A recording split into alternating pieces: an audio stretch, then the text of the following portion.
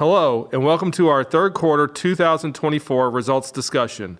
I'm Brady Connor, and on this recording, you'll hear from our Chairman and Chief Executive Officer, Hans Vestberg, as well as our Chief Financial Officer, Tony Skiadas. Before we begin, I'd like to draw your attention to our Safe Harbor Statement, which can be found at the start of the earnings presentation posted on our Investor Relations website. Information in this presentation contains statements about expected future events and financial results that are forward-looking and subject to risks and uncertainties. Discussions of factors that may affect future results is contained in Verizon's filings with the SEC, which are available on our Investor Relations website. This presentation contains certain non-GAAP financial measures. Reconciliations of these non-GAAP measures to the most directly comparable GAAP measures are included in the financial materials posted on our website. A detailed overview of our third quarter results and other materials related to this discussion was posted this morning to our Investor Relations website. Additionally, we hope you'll join us for a webcast of our sell-side analyst meeting for a strategic broadband update that starts at 9 a.m. Eastern Time this morning, October 22nd. With that, I'll turn it over to Hans. Thank you, Brady. Good morning and welcome to Verizon's third quarter earnings update. Before we dive into our performance in the quarter, we must address the devastating impact of the hurricanes Helene and Milton on communities throughout the southern parts of the United States. At Verizon, we always run to a crisis. Our teams acted quickly to assist all the affected communities, and we're deeply invested in helping everybody come back stronger. Our superior network made a real difference during these events. Our network infrastructure was resilient and delivered for customers and the first responders who really relied on it. Now, let's dive into our third quarter performance. The actions we have taken since early 2023 are driving improvements across all our businesses. In the third quarter, we delivered sequential and year-over-year growth in wireless service revenue and adjusted EBITDA, and we had a strong free cash flow of $6 billion. Wireless service revenue was up 2.7% over last year.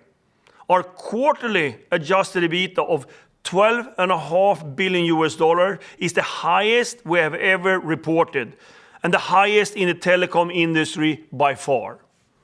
With these results, we're confident that we will not just deliver on our 2024 financial guidance, but the wireless service revenue and adjusted EBITDA growth will come in at or above the midpoint of our guided range. Our momentum continues to build from a strong operation performance across mobility, broadband, and private networks. While bringing choice and value to our customers, we signed strategic M&A and implemented cost efficiencies to make Verizon stronger.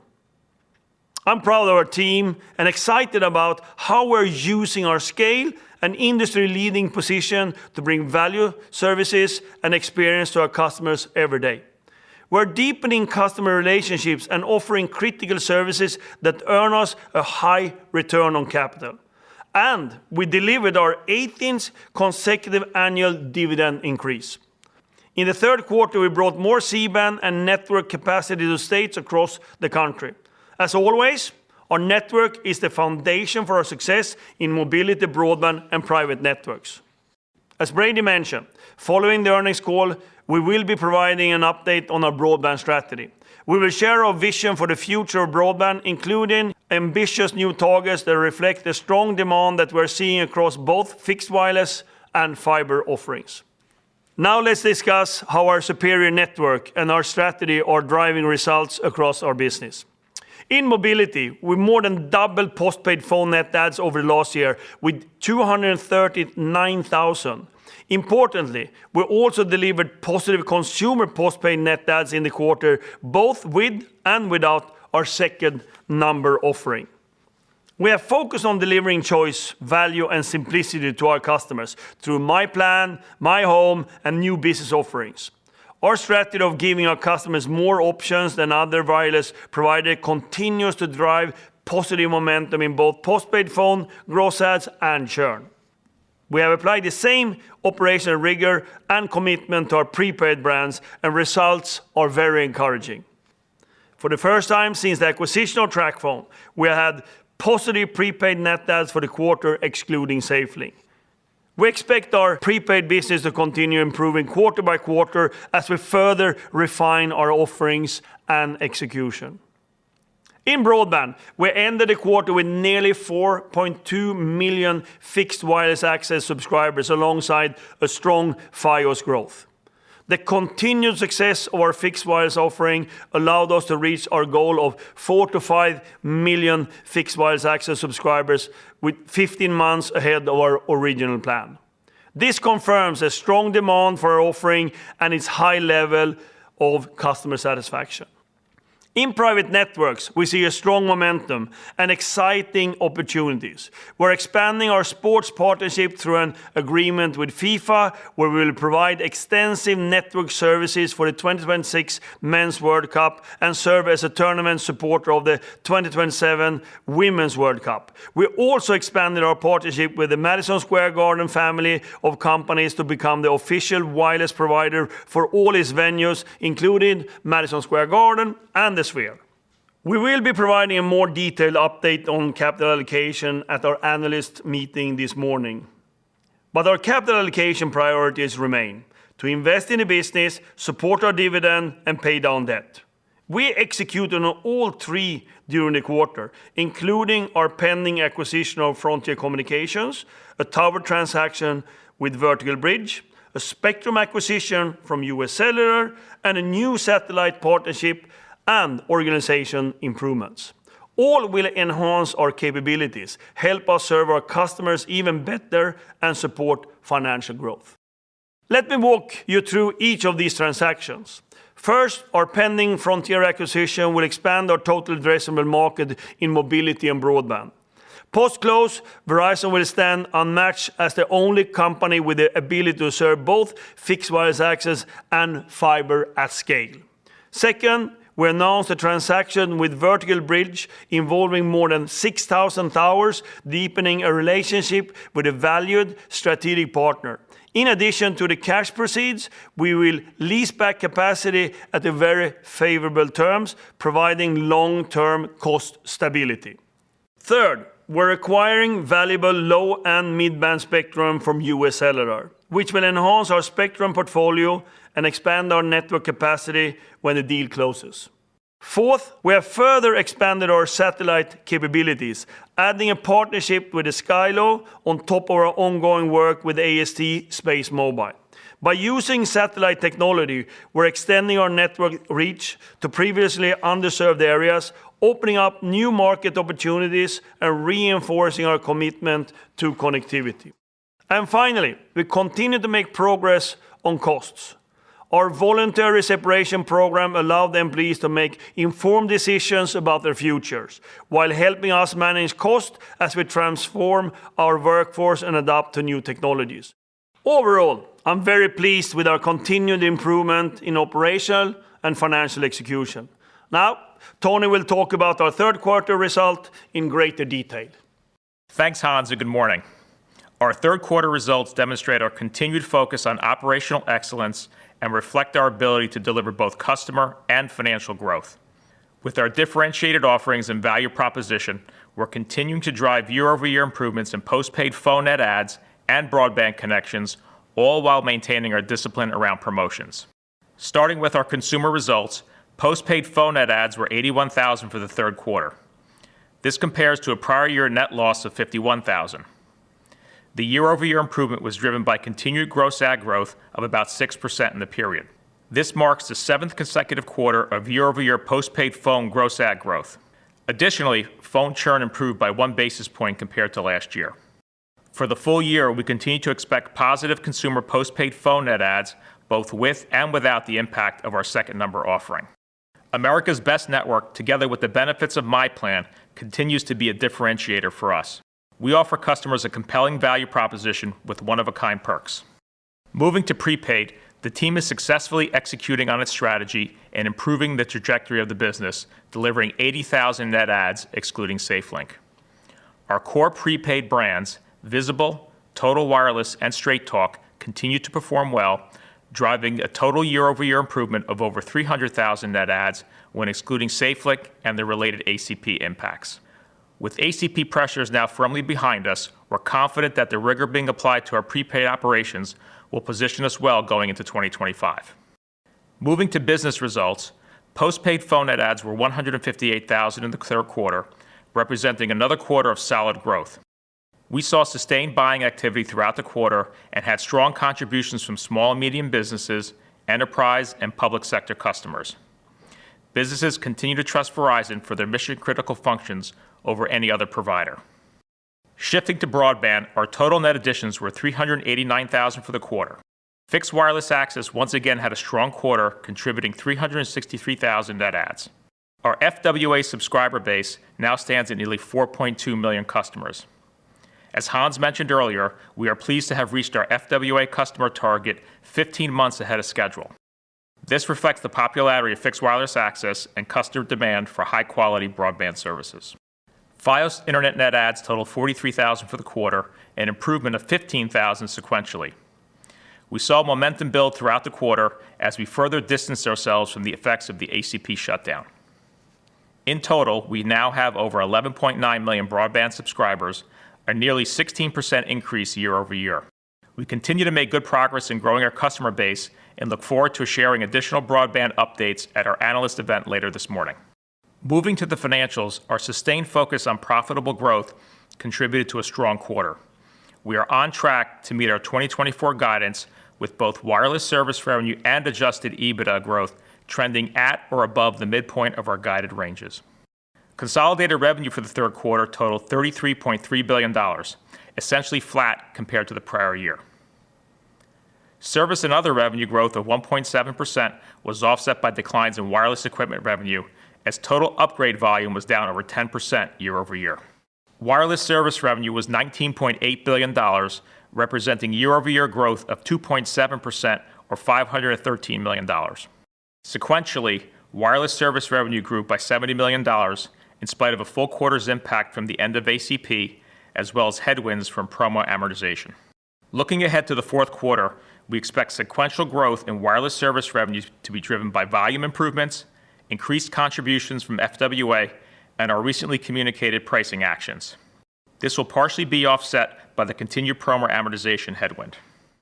Consumer postpaid ARPA continues to grow at strong rates, with the third quarter above $139 and up 4.2% year over year. Targeted pricing actions, FWA expansion, and the further adoption of MyPlan are all contributing to ARPA growth.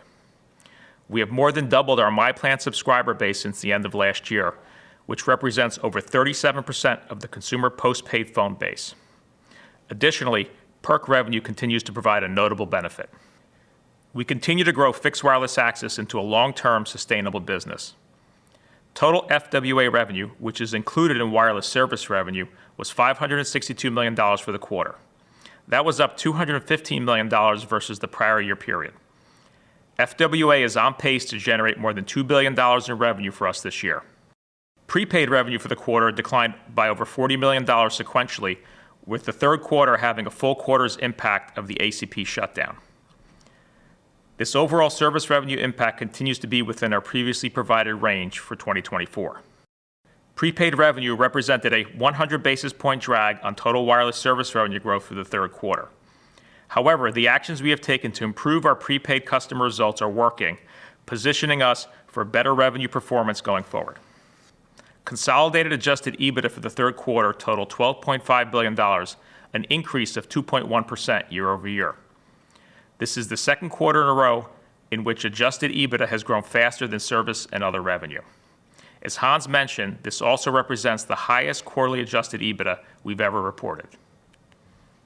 Continued wireless service revenue growth and lower upgrade volumes helped to drive this result. Upgrades in the third quarter were down over 10% year over year. We continue to be disciplined with our promotional spend, maintaining our targeted and segmented approach to customer retention. We continue to see healthy and consistent payment trends, with bad debt levels in line with expectations, and our high-quality customer base remains resilient. As we previously disclosed, we are implementing our voluntary separation program. Over 50% of the approximately 4,800 impacted employees have already exited the business. The savings from the program are expected to begin to materialize in our fourth quarter results and beyond. Adjusted EPS in the quarter was $1.19, down 2.5% compared to the prior year period. Growth in adjusted EBITDA was offset by below-the-line items, including higher interest expense. However, on a sequential basis, interest expense decreased quarter over quarter as a result of lower interest rates and lower average debt levels. Cash flow from operating activities totaled $26.5 billion for the 9 months ended September 30th, 2024, compared to $28.8 billion in the prior year period. The results reflect over $750 million of higher adjusted EBITDA. This was offset by higher cash taxes of approximately $2.5 billion, as well as higher interest expense, primarily driven by the decrease in capitalized interest and higher interest rates. Year-to-date capital spending was $12 billion. This was approximately $2.1 billion less than the same period last year.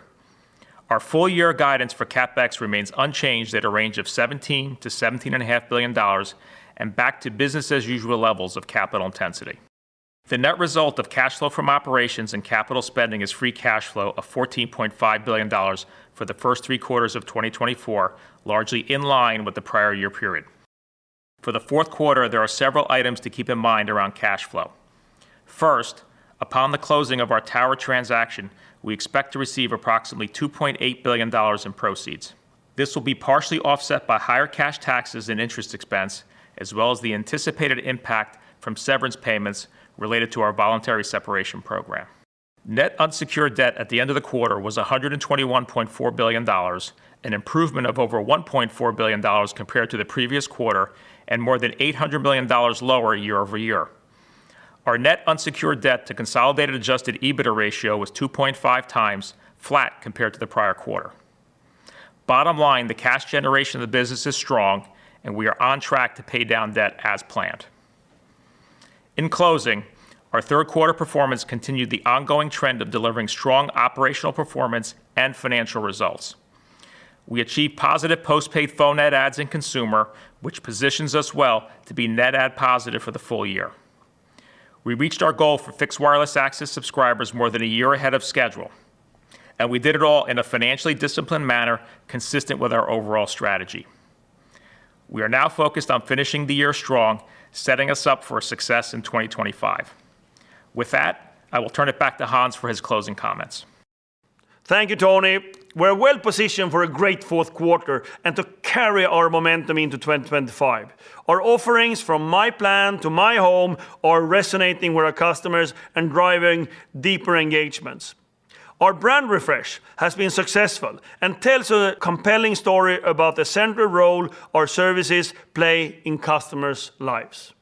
Looking to the end of the year and into 2025, our priorities are, first, deliver on our 2024 financial guidance with continued focus on wireless service revenue, adjusted EBITDA growth, and strong free cash flow. We will sustain momentum in mobility and broadband. As we expand our 5G ultra-wideband network and scale our private networks business, we're opening up new opportunities for growth and innovation. The rapid adoption of fixed wireless offering and the continued strength of Fios demonstrate the effectiveness of our network-centric strategy. And we will execute on our capital allocation priorities by investing in the business, supporting our dividend, and paying down debt. At the same time, we're scaling AI to improve employee and customer experiences, as well as unlocking new revenue streams. I'm more excited than ever about Verizon's prospects. Our superior network, coupled with our customer-centric innovations and strategic investments, position us uniquely in this market. We're connecting people, empowering them to do more, experience more, and achieve more. The transformative moves we made this year, from our pending Frontier acquisition to our expanded partnership in private networks, are setting the stage for sustained growth and value creation. I'm looking forward to all of you joining us at 9 a.m. Eastern Time for our